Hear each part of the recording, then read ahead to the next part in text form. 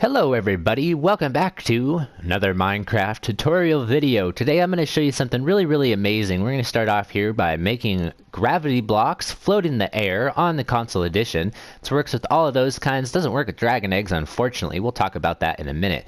So another amazing feature of this that you can use this for is doing some wireless redstone. Check this out. We've got a gravity block floating in the air, and when we update this falling entity, it's going to update that, and thus it's going to power our piston, and the wireless redstone magic is real. Check this out. Let's break this if I can, and you can see we've powered that without touching it, without updating it or anything. These ones have also fallen as well. This is pretty amazing. So let me show you what's going on, but first we have one more thing that you can do with this, which is really cool.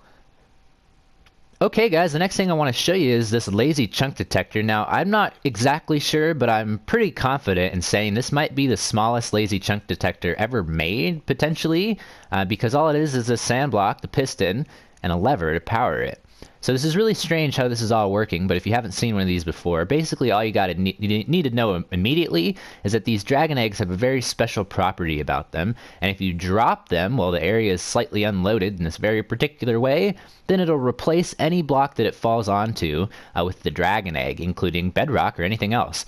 So the way that you activate this is you unload the area, and as the game is reloading the area, it detects that the sand block is in its improper position, and it puts it down there on the ground, which unpowers the whole thing. Everything falls, and then the magic happens. So we're going to do that here. We're going to fly all the way away until it's away from us, until it's out of render distance, until we can't see it anymore. And then when we fly back, it should reset it all, and it should work. We should see the bedrock underneath the dragon eggs should have been removed, and the dragon egg should be taking its place. So let's fly back, and let's see if we spotted what happened. And on the right there, you can see how this whole contraption works, and I'll show you that in a second.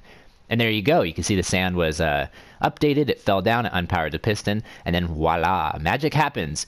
This is pretty crazy. So, as you can see behind me, we've got this little line of sand sitting on top of some fences. So this might be really obvious to you, but if you haven't seen this before, what happens is if sand falls onto a fence, it turns into a very special type of entity. It turns into a falling entity.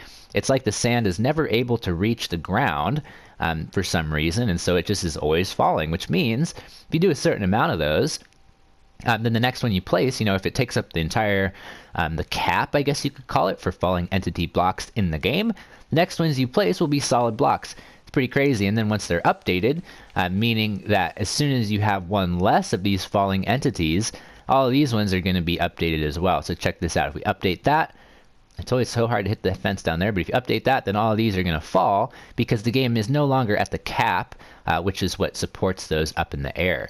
It's pretty amazing. So what that means is that you can make this really easy chunk detector over here, like I was showing you. You could also make some really cool wireless redstone. So let me show you that. Okay, so this could be a little complicated to explain, so let me try it one more time. You can see that this is powering our piston. So if we put it up there, because we have our cap at the moment with all these crazy block states on top of fence post, no more gravity blocks are able to fall. But of course, as soon as this turns into a solid block, meaning as soon as this fence post is removed and this falls down and creates a solid block or breaks or whatever it does, as soon as there's one less of these in the world, then all other gravity blocks are going to be able to fall down. They're going to be able to be affected by gravity. And so what we'll be able to see here is we're going to remove the post. It's going to take this little block away, and that piston over there is going to extend.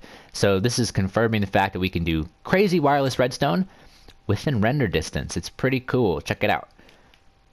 Okay, well, this is one of those things that could probably be used for a whole bunch of different devices, a whole bunch of different things, but I think probably the most useful would definitely be this, where we can break bedrock with the dragon eggs. This chunk detector that's literally a couple blocks is just really amazing to me. I am blown away by this one gravity block, the lever, and the piston. Yeah, and then another cool thing you can do with this is you can see that I just left the area and came back, and we still have a floating block here. And the way I was able to achieve that is there's string underneath it. So if you do want to have some gravity blocks stay in the air, even past unloading the area, then you can put some string down below, and that will prevent them from thinking that they're able to fall. So check this out.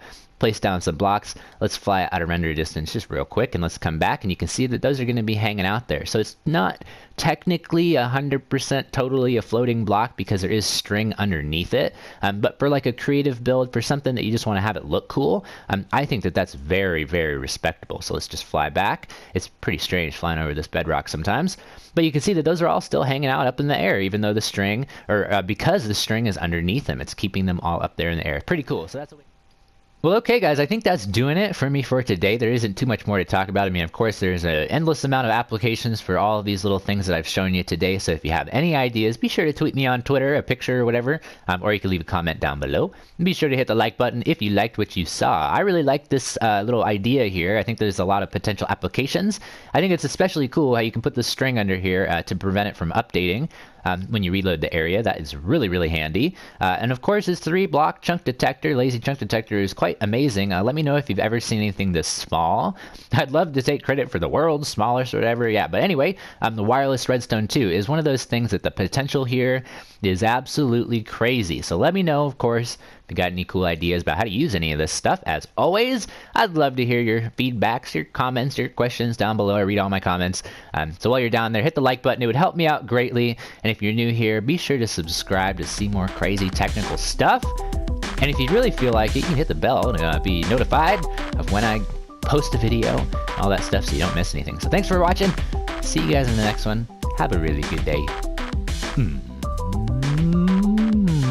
Bye-bye.